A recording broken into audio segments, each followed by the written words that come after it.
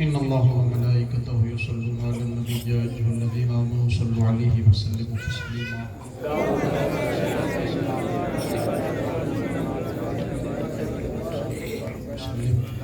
سبحان ربك رب العزة عما يصفون وسلام على المرسلين والحمد لله رب العالمين برحمتك يا رب محمد رسول الله.